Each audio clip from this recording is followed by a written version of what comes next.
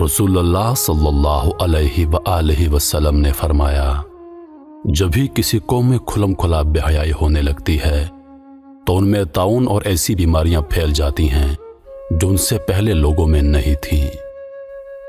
میری تمام امت کو معاف کر دیا جائے گا سوائے گناہوں کو کھلم کھلا کرنے والوں کے، اور گناہوں کو کھلم کھلا کرنے میں یہ بھی شامل ہے کہ ایک آدمی رات کو گناہ کا کام کرے اور اس کے باوجود کہ اللہ نے اس کے گناہ کو چھپا دیا ہے، مگر صبح ہونے پر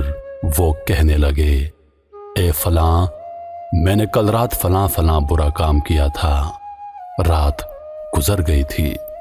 اور اس کے رب نے اس کا گناہ چھپائے رکھا، لیکن جب صبح ہوئی تو وہ خود اللہ کے پردے کو چاک کرنے لگا۔ صدقہ دینے سے مال میں کمی نہیں ہوتی، کسی کو معاف کرنے سے اللہ تعالیٰ معاف کرنے والے کی عزت میں اضافہ فرماتا ہے، اور جو آدمی بھی اللہ کی رضا کے لیے عاجزی کرتا ہے اللہ تعالیٰ اس کا درجہ بلند کرتے ہیں۔ اللہ تعالیٰ کے بہترین بندے وہ ہیں جنہیں دیکھ کر اللہ تعالیٰ یاد آ جائے، اور اللہ کے بدترین بندے وہ ہیں جو چغلخوری کرتے ہیں، دوستوں کے درمیان جدائی تفریق ڈالتے ہیں اور پاک دامن لوگوں میں عیب تلاش کرتے ہیں۔